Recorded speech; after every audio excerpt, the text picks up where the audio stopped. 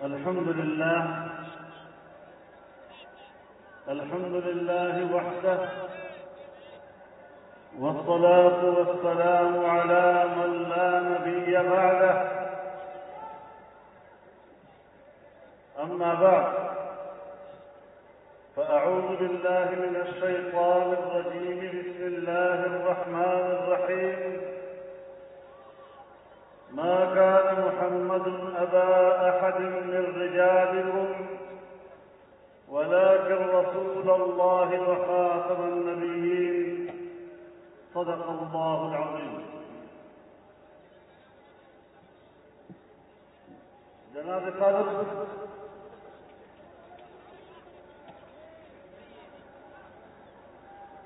اور خیبر پختونخوا کے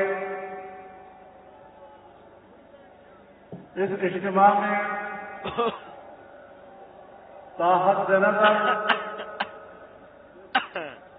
میرے شریک بھائیوں،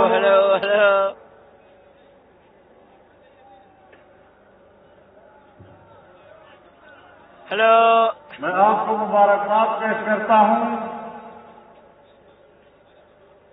کہ آپ نے اپنے جلسوں کا ریکارڈ خود ہی توڑا ہے،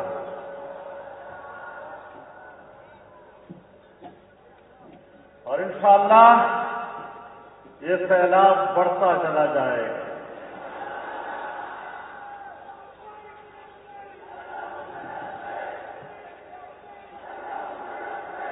آج مجھے یوں محسوس ہو رہا ہے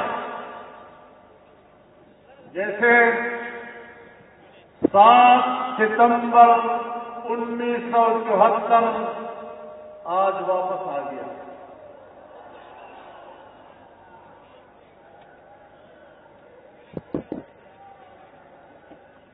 میں نے وہ ماحول سن 1974 کا اپنی آنکھوں سے دیکھا. سن 74 کی تحریک میں ملتان جیل میں رہا ہوں.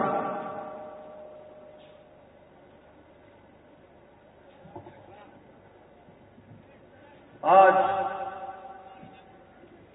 جب ہم اس دن کو یاد کرتے ہیں تو ہمیں آج مل کر اس تحریک کی قیادت کو حضرت شیخ محمد یوسف بنوری کو، مفکر اسلام مفتی اعظم مفتی محمود کو، علامہ شاہ احمد نورانی کو، مولانا غلام غوث ہزاروی کو، مولانا عبدالحق اکوڑا کو، ان کے رفقاء کو، اور ان کے ساتھ جناب پروفیسر غفور احمد کو، خان عبد الولی خان کو، نواب زادہ نصر اللہ خان کو، جناب چودھری ظہور الہی کو، ان کا تعلق ہو حزب اختلاف سے تھا، اور علماء کی یہ قیادت اس تحریک کی قیادت تھی، لیکن پارلیمنٹ کی قیادت کرتے ہوئے میں آپ کی طرف سے وہ خراج تحسین ذوالفقار علی بھٹو کو بھی پیش کرتا ہوں، مولانا کوثر نیازی کو بھی پیش کرتا ہوں، عبدالحفیظ پیرزادہ کو بھی پیش کرتا ہوں، یحییٰ بختیار کو بھی پیش کرتا ہوں، جن کی اجتماعی سوچ میں، اجتماعی فکر میں، اجتماعی جدوجہد میں اس وقت قادیانیت کے فتنے کو ہمیشہ کے لیے دفن کر دیا تھا. میرے محترم دوستو، جب بات ختم نبوت کی آتی ہے تو لوگ کہتے ہیں یہ تو محض ایک مذہبی مسئلہ ہے، اور ہماری دنیا میں جہاں لفظ مذہب آتا ہے اسے ایک نارمل قسم کا عنوان قرار دے دیا جائے. میں کہتا ہوں ختم نبوت سیاسی عنوان. جناب رسول اللہ صلی اللہ علیہ وسلم نے فرمایا کانت بنو اسرائیل تسوسهم الانبیاء كلما هلك نبي خلفه آخر ولا نبي بعدي وسيكون بعد خلفاء. رسول اللہ صلی اللہ علیہ وسلم نے فرمایا کہ انسانی معاشرے کے سیاسی نظام اور اس کی تدبیر و انتظام انبیاء کے ہاتھ میں ہوا کرتا تھا. بنی اسرائیل کے انبیاء سیاسی نظام ہاتھ میں لیے تھے. ایک پیغمبر جاتا تھا دوسرا اس کے سیاسی نظام کو سنبھالتا تھا. اور اب میں آخری پیغمبر ہوں. اب دنیا کا سیاسی نظام میرے ہاتھ میں ہے. اب بتاؤ ختم نبوت سیاسی عنوان ہے یا نہیں؟ اور تمام انبیاء کا عنوان ہے یا نہیں؟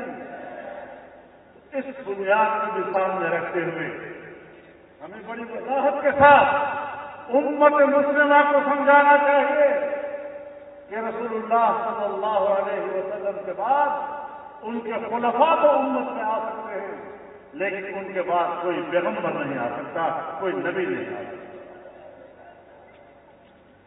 میرے محترم دوستو, آج مجھے ایک شکایت ہے.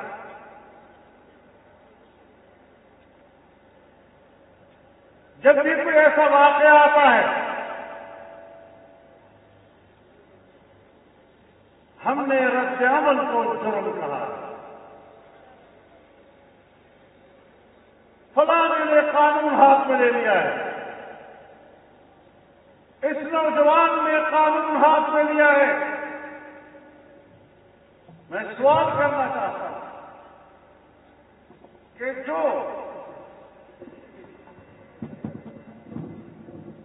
میں یہ سوال کرنا چاہتا ہوں کہ پاکستان کے آئین کی روح سے, پاکستان کے قانون کی روح سے اگر کوئی ختم نبوت کا انکار کرتا ہے, اگر کوئی توحید رسالت کا ارتکاب کرتا ہے, یہ قانون کو ہاتھ میں لے گا نہیں؟ اس کو جرم کیوں نہیں کہا جاتا؟ اور جب وہ عناصر جو پاکستان میں قانون کو ہاتھ میں لے کر ختم نبوت کا انکار کرتے ہیں, غیر مسلم ہوتے ہوئے اسلامی شعائر کو استعمال کرتے ہیں, توحید رسالت کا ارتکاب کرتے ہیں, تو پھر اگر اس کے خلاف رد عمل آتا ہے تو پھر اسی کو یہ کہنا کہ اس نے قانون ہاتھ میں لیا ہے, یہ پھر ذرا زیادتی ہوگی, یہ انصاف کا تقاضا نہیں ہوگا. اور میں پشاور کے وکلاء کو خراج تحسین پیش کرتا ہوں کہ انہوں نے اس نوجوان کی وکالت عدالت میں کی ہے اور اس کا مقدمہ لڑ رہے ہیں.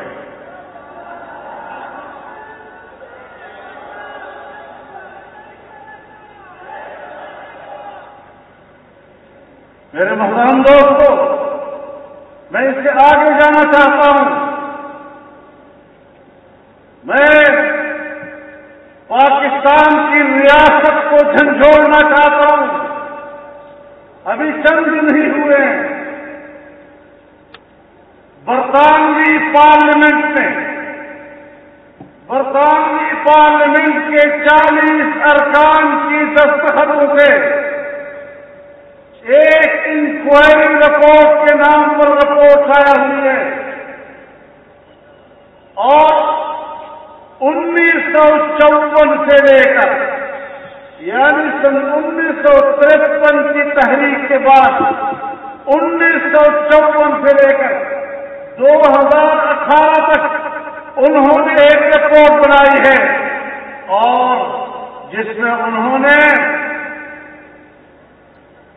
قادیانیوں کو صرف مظلوم ہی نہیں کہا بلکہ پاکستان کی ریاست کو ذمہ دار قرار دیا ہے کہ اگر یہ لوگ مظلوم ہیں، ان کا دم پاکستان میں گھس رہا ہے، تو اس کی سرپرستی پاکستان کی ریاست کر رہی ہے۔ یہ اس برطانیہ کا ریاستی اور سلطنتی کردار ہے جس برطانیہ کی ریاست کے بارے میں خود قادیانی مرزا لکھتا ہے کہ میں انگریز کا خودکاشتہ پودا ہوں، جو کل بھی انگریز کا خودکاشتہ پودا تھا، آج بھی برطانیہ اس کی آبیاری کر رہا ہے۔ اور ہم برطانیہ سے کہنا چاہتے ہیں کہ تمہاری حکومت برصغیر پر تھی، تو میرے اکابر میں تمہارا بوریا بستر لپیٹ کر زمین سے نکالا ہے اور تمہارے اقتدار کا سورج غروب کیا ہے، اور تمہارا ایجنٹ قادیانی جو نئی شریعت کا دعوے دار تھا، اسلام کے خاتمے کا دعوے دار بن گیا، جہاد کے خاتمے کا دعوے دار بن گیا۔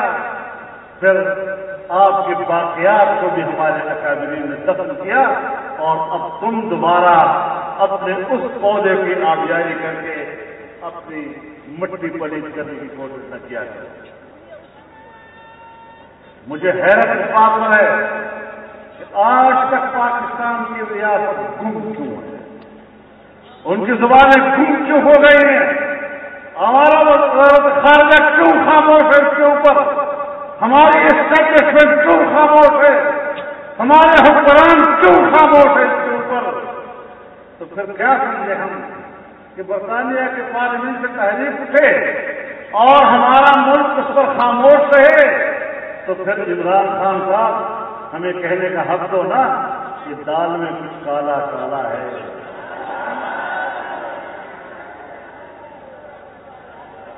بلکہ دال سارا کا سارا ہی کالا لگتا ہے۔ نعرہ تکبیر! جو قادیانیوں کا جار ہے، جو یہودیوں کا جار ہے، جو یہودیوں کا جار ہے، قادیانیوں سے کچھ بھی ہمارا جھگڑا نہیں سوائے اس کے کہ وہ پاکستان کے آئین کے مطابق خود کو غیر مسلم تسلیم کرے۔ تو جس طرح ہندو رہتا ہے، عیسائی رہتا ہے، سکھ رہتا ہے، قادیانی بھی رہے پاکستان میں، آئین کو تسلیم کرے۔ اگر صوفی محمد کہتا ہے میں اس آئین کو نہیں مانتا، اگر طالبان کہتے ہیں میں اس آئین کو نہیں مانتے، اس آئین کے انکار پر وہ غدار ٹھہرتے ہیں، اس انکار پر وہ دہشت گرد ٹھہرتے ہیں، ریاست ان کے خلاف آپریشن کرتی ہے۔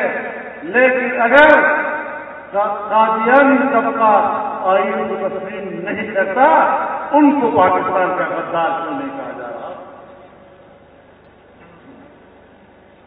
تو بنیادی چیز یہی ہے کہ پاکستان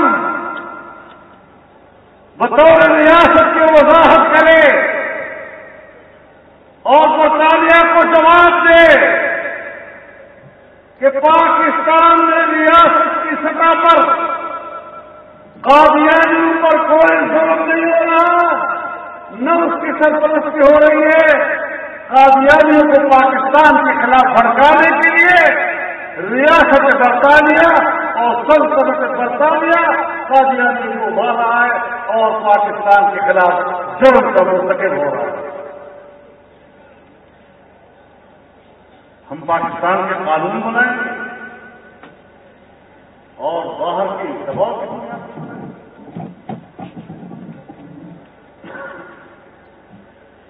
2 سال میں کوئی قانون سازی نہیں ہوئی، کوئی قانون سازی نہیں ہوئی 2 سال میں۔ ایک قانون سازی ہوئی ہے آرمی ایکٹ والی، جس میں باجوہ صاحب کی مدت ملازمت کی توسیع ہوئی، اور آج ایک قانون سازی ہو رہی ہے جو FATF کے دباؤ سے ہو رہی ہے. اور ہماری پارلیمنٹ میں قانون پاس کیا جا رہا ہے کہ اگر اقوام متحدہ ایک قرارداد پاس کر لے اور اس قرارداد کا تقاضا یہ ہو کہ وہ 2 اور 4 گھنٹے کے اندر اندر اس کی تعمیل ہو، تو پھر ہر ریاست اس کی پابند ہوگی کہ وہ اس پر عمل درآمد کرے گا. اور اگر کوئی ادارہ یا اس ادارے کا کوئی فرد اگر اس پہ رکاوٹ بنے گا اور اس کو روح عمل لانے میں یا اس کو ناکام بنانے کی کوشش کرے گا تو پھر اس کو سزا ملے گی 5 سال قید سے 10 سال قید تک اور 5 کروڑ جرمانے سے 10 کروڑ جرمانے تک. وہاں قرارداد اور یہاں قانون. یہ غلامی کی دلیل نہیں تو کیا ہے؟ تم نے ایسے ایسے قوانین پاس کیے کہ جن قوانین کے بعد آج پاکستان کو ایک آزاد اور خود مختار ریاست قرار نہیں دیا جا سکتا. کل اگر اقوام متحدہ یا عالمی ادارہ قرارداد پاس کر لے کہ ناموسی رسالت کا قانون انسانی حقوق کے خلاف ہے، اگر وہ قانون پاس کر لے یا قرارداد پاس کر لے کہ قادیانیوں کی غیر مسلم اقلیت قرار دینے کا قانون یہ انسانی حقوق کے منافی ہے اور ہماری قرارداد پر عمل درآمد کرو، تو یہ سارا تیزی کے ساتھ جو قانون سازی ہو رہی ہے یہ ساری قانون سازی کسی کام کی نہیں ہو رہی ہے. یاد رکھو تمہارے دلوں کے اندر جو چھپی ہوئی شرارتیں ہیں، جو تمہاری بدنیتیاں ہیں، جو تمہارے دماغوں کا گند اور غلاظت ہے، ہم اس سے واقف ہیں. اور میں آج حد نظر انسانوں کے اس سمندر میں اپنے کارکنوں کو اور نوجوانوں کو اور اپنے پشتونوں کو پشاور میں کھڑے ہو کر کہنا چاہتا ہوں کہ اگر کسی سطح پر بھی کسی بین الاقوامی دباؤ کے تحت قادیانیوں کے غیر مسلم اقلیت قرار دیے جانے کے قانون کو تبدیل کرنے کی کوشش کی گئی یا ناموسی رسالت کے تحفظ کے قانون میں تبدیلی کی کوشش کی گئی تو انشاءاللہ یہ نوجوان گلی کوچے میں کٹ کرے گا، لیکن ناموسی رسالت پر تمہیں اس طرح کا کردار ادا نہیں کرے گا. نعرہ تکبیر، ختم نبوت، ختم نبوت،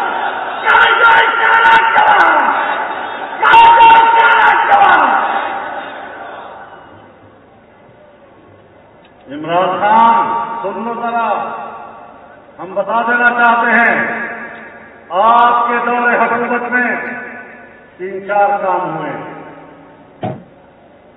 ایجنڈا ہر دور کے حکومت کا رہا، دباؤ ہر دور کے حکومت کا رہا، لیکن اس کو مقصد حکومت بنا کر جو تم لے کر آئے ہو، ایک اس دور میں آپ نے توہین رسالت کے مرتکب ایک خاتون کو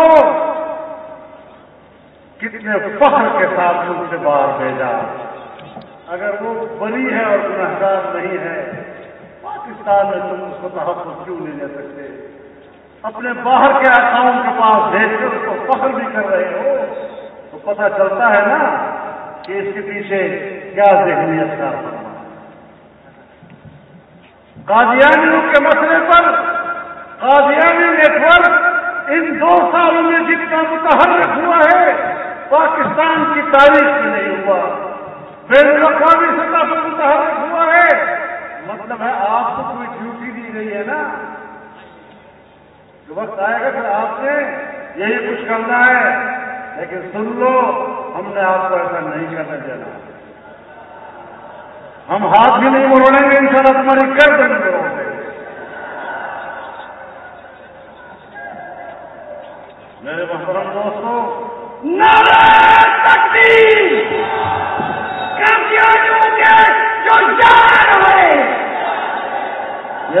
دوستو تیسری بات سن لو کہ پاکستان میں پہلی مرتبہ اسرائیل کو تسلیم کرنے کی تحریک میں اضافہ ہوا ہے. میڈیا کی سطح پر ہو، سیاسی محاذ پر ہو، ہر شخص اسرائیل کا وکیل بنا ہوا ہے اور کہتا ہے اسرائیل سے تعلق نہیں ہوگا تو کھائیں گے پیئیں گے کہاں. یہودیوں کی پیروی کا یہ اضطراب اور یہ خوف جو آج کے دور کے اس حکمران کو ہے، رسول اللہ صلی اللہ علیہ وسلم نے شاید انہی کے بارے میں فرمایا تھا لَتَتَّبِعُنَّ سُنَنَ مَنْ قَبْلَكُمْ شِبْرًا بِشِبْرٍ وَذِرَاعًا بِذِرَاعٍ حَتَّى لَوْ دَخَلُوا جُحْرَ ضَبٍّ تَبِعْتُمُوهُمْ. قالوا يا رسول الله اليهود والنصارى قال تمام. کہ تم پر ایک زمانہ آئے گا کہ تم پچھلی امتوں کی قدم قدم بالش بالش اس طرح پیروی کرتے ہوئے نظر آؤ گے کہ اگر وہ کوہ کی غار میں بھی گھسنے لگے تو تم وہاں بھی ان کے پیچھے چلتے رہو. وہ جو سمسرے بغا کرنا ہوتا ہے وہ کرنا ہوتا ہے. صحابہ اکرام اور دوست یا رسول اللہ کا رسول یہود نصارہ نہیں تم بابا کی سلام کیا ہم یہود نصارہ کی پیروی کریں گے؟ آپ نے فرمایا اور کون ہو سکتا ہے؟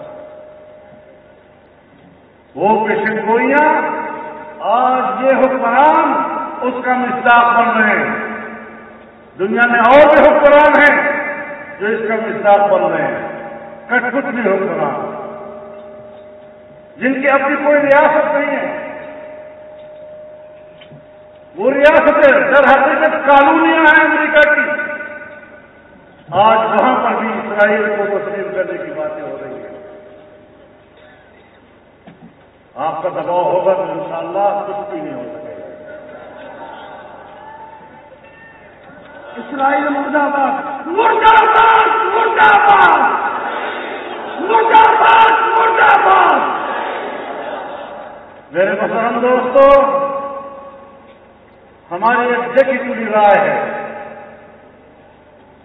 کہ پاکستان اسلام کے نام پر بنا. یہاں ایک پاکستانی قوم رہتی ہے اور یہ ملک اس کا متحمل نہیں ہے کہ یہاں سے وارانہ فسادات ہو، لسانی فسادات ہو، قومیتوں کے درمیان تعصبات ہوں، صوبائی نفرتیں ہوں. جمعیت علماء اسلام نے اور پاکستان کی دینی مذہبی سیاسی قیادت نے تاریخ کے اول دن سے ہمیشہ ہم آہنگی کا کردار ادا کیا.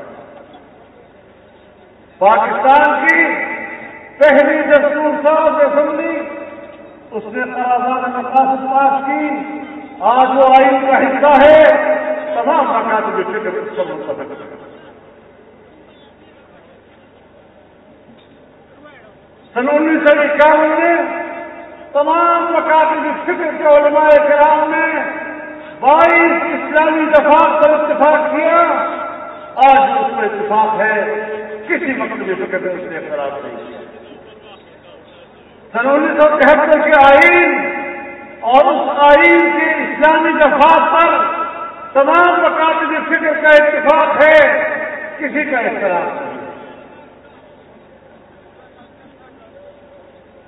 ختم نبوت کے حوالے سے ترمیم آئی. تمام مقاصد فکر کا اتفاق ہے. کسی کا اختلاف نہیں. ناموس رسالت کا قانون آیا. تمام مقاصد فکر اس پر متفق ہیں اور آج بھی کسی کا اختلاف نہیں. اسلامی نظریاتی کونسل بنی.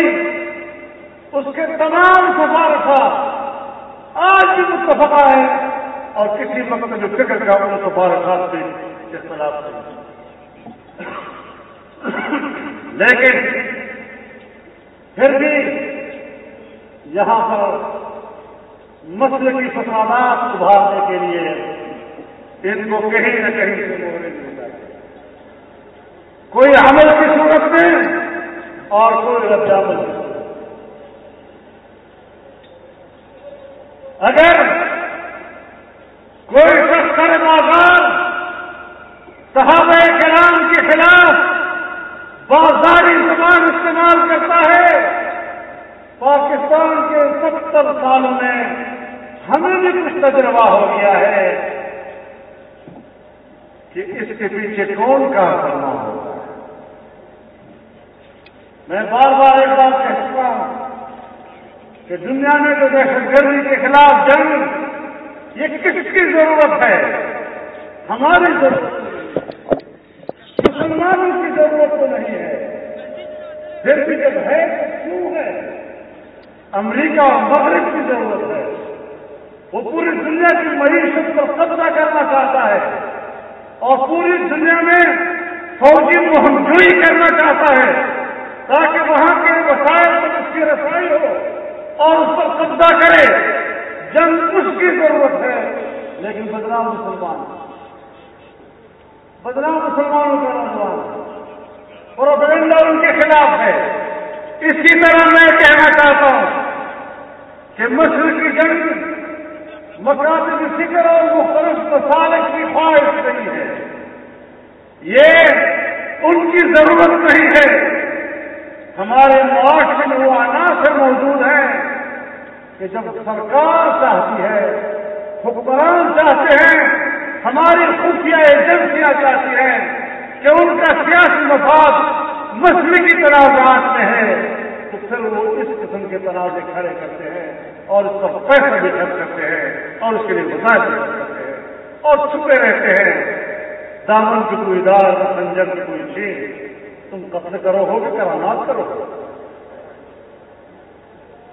لہذا ہم نے رد عمل دیا اور یہ رد عمل ہمارا حق تھا، اور ہم آج بھی کہنا چاہتے ہیں کہ کسی کے مقدسات کے خلاف ایسی زبان استعمال کرنا کہ جس پر رد عمل آئے اور بالآخر مسئلہ فسادات تک جائے، عمران خان کے مفاد میں ہے کہ لوگ مسلکی طور پر لڑیں، خون خرابہ کریں، ان کی دکانیں چمکیں اور سیاسی دنیا کے لوگوں کی ذہن ادھر ہو جائے اور پھر وہ آرام سے حکومت کریں اور ہم اور آپ آپس میں لڑتے رہیں۔ لہذا یہ جو آج آپ کا اجتماع ہے یہ ایک سیاسی اجتماع ہے اور آپ دنیا کو پیغام دے رہے ہیں کہ ہم کسی کو بھی پاکستان کا آئین اور قانون ہاتھ میں لینے کی اجازت نہیں دے سکتے، اور جب آئین اور قانون کوئی ہاتھ میں لیتا ہے تو اس کے ساتھ مجھے کیوں لڑاتے ہو؟ ریاست کی بھی کوئی ذمہ داری ہے یا نہیں؟ وہ فوراً ہاتھ ڈالے اور اس کو کنٹرول کرے۔ نہیں کرو گے تو فساد ہو، تو فساد سے ذمہ دار کون ہے؟ لہٰذا ان چیزوں کو جمعیت علماء اسلام نے اور مجلس احمد نے ہمیشہ کنٹرول کیا ہے، اور آج بھی ہم فسادات کی طرف نہیں جانا چاہیں گے، خون ریزی کی طرف نہیں جانا چاہیں گے۔ ہم ایک خاص حد میں رہ کر قانون کا حق استعمال کرنا چاہیں گے اور اس سے زیادہ نہیں۔ ملک کو فساد کی طرف لے جانا، قتل و غارت گری کی طرف لے جانا اور اس کو سوائے جذبات کی تسلیم کے ماضی میں بھی بہت ہمارے 20,000 تک نوجوان اسی مشرقی تنازعات میں شکار ہو گئے، اس طرح سے بھی یہی ہوا، کیا نتیجہ نکلا؟ لیکن میں حکمرانوں کو بتانا چاہتا ہوں کہ پاکستان کا اور خیبر پختونخوا کا اصل مینڈیٹ یہ ہے جو یہاں اس جلسے میں بیٹھا ہوا ہے۔ اس اجتماع میں تاحد نظر انسانوں کا سمندر یہ اس صوبے کا مینڈیٹ ہے، یہ وہ مینڈیٹ ہے جس کو 2018 کے الیکشن میں تم نے چوری کیا۔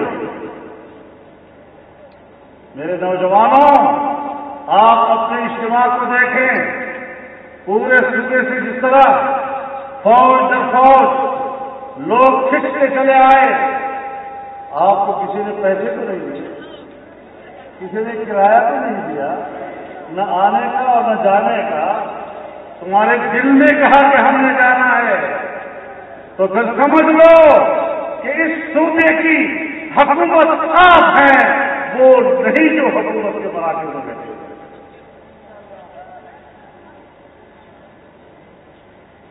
گی۔ آپ آگے بڑھیں گے تو ختم نبوت کے منکرین کے منصوبے اور ایسا دوانیاں مان پڑ جائیں گی، بے اثر ہو جائیں گی۔ ہم نے جہاد سمجھ کر آگے بڑھنا ہے، اپنی سیاسی قوت کو بڑھانا ہے۔ یاد رکھیں، جب اسلام پر تکلیف آئے گی، جب ناموس رسالت پر حملہ ہوگا، جب ختم نبوت پر حملہ ہوگا، جب شعائر اسلام پر حملہ ہوگا، جب پاکستان کے نظریے پر حملہ ہوگا، تو نہ آپ کی اسٹیبلشمنٹ، نہ آپ کی بیوروکریسی، نہ آپ کے سیاستدان، نہ آپ کے جاگیردار اور سرمایہ دار میدان میں آئیں گے۔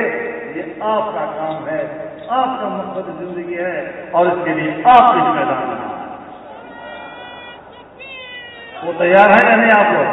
نعرہ تکبیر، لبیک لبیک، لبیک لبیک، مگر دشمن حکمران نامنظور، مگر دشمن حکمران، وطن دشمن حکمران، اسلام دشمن حکمران۔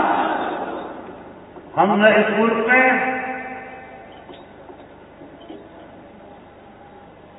آئین کی دشمنی برداشت کر سکتے ہیں، نہ قانون کی دشمنی برداشت کر سکتے ہیں، نہ پاکستان کے نظریے کی دشمنی برداشت کر سکتے ہیں، نہ اسلام کی دشمنی برداشت کر سکتے ہیں، نہ عقیدہ ختم نبوت اور ناموس رسالت کی دشمنی برداشت کر سکتے ہیں، اور نہ ہی اہل بیت اطہار اور صحابہ کرام کی توہین کو برداشت کر سکتے ہیں۔ یہ ہمارے مقصدات ہیں۔ ہم مسلمان تب ہیں جب ہمارا ایمان مضبوط ہوگا، اجتماع ہوگا۔ تو آپ یہیں سے ہدایات لیں گے، آپ کو ایک صحیح، حقیقی اور پاکستان کے مقصد سے عین مطابق راستہ دیا جائے گا، رہنمائی دی جائے گی، اور انشاءاللہ العزیز دنیا بھر کے ساتھ قوتیں ان کو ہم شکست دیں گے۔ اس لیے پاکستان کے اداروں کو بھی ہم بتا دینا چاہتے ہیں کہ یہ کام معائنہ کیا کرو گا، انسان بن جاؤ۔ پاکستان کے عوام کا ایک عقیدہ ہے، پاکستان کا ایک مقصد ہے، تمہارے ریش روانی کو اب ہم جانتے ہیں، تم کس راستے سے، کس طریقے سے اس ملک کو فسادات پیدا کرتے ہو اور پاکستان کے عوام کو اپنے مقصد کی راہ سے گمراہ کرنے کی کوشش کرتے ہو۔ انشاءاللہ عزیز ہم سب کی آواز ایک ہے، ہم انشاءاللہ آگے بڑھیں گے۔ اور یہ ابھی خبر آئی ہے کہ محمد ایجنسی میں کوئی پہاڑ گرا ہے جس میں کافی مزدور شہید ہوئے ہیں، سب کے لیے دعا کریں کہ اللہ تعالیٰ ان کی مغفرت فرمائے، ان کے درجات کو بلند فرمائے، اور زخمیوں کو اللہ صحت عطا فرمائے، خاندانوں کو اللہ تعالیٰ۔ اور یہ جلسہ پشاور کا ہے، بس نہیں ہے، اس کا معنی یہ ہے انشاءاللہ کوئٹہ میں بھی ہوگا، انشاءاللہ کراچی میں بھی ہوگا، انشاءاللہ لاہور میں بھی ہوگا، اور اس سے آگے بھی ہوں گے۔ ہم جو مقصد طے کر کے میدان میں نکلے ہیں، اور اس کا بھی انتظار کریں گے کہ جب آل پارٹیز کانفرنس ہوگی تو وہ کیا کرنا چاہتے ہیں، اس کو بھی ہمیں نظر میں رکھنا ہے۔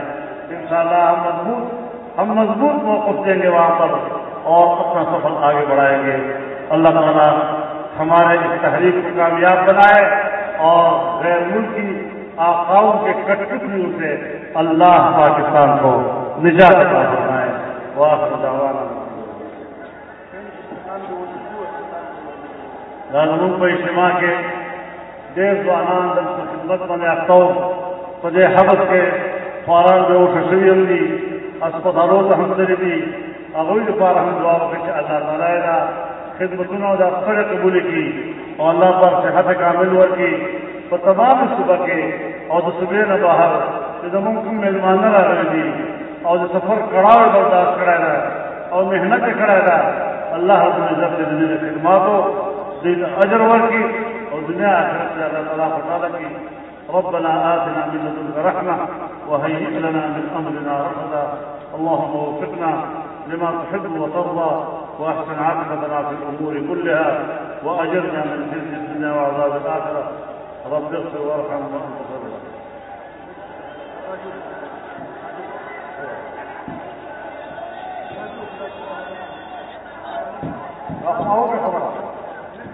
ما هو خبردار بپوه نشوي چې انشاءالله قانون جنگ و پرکو وکیلانو د خراج تحصیل پیښو او دا خبر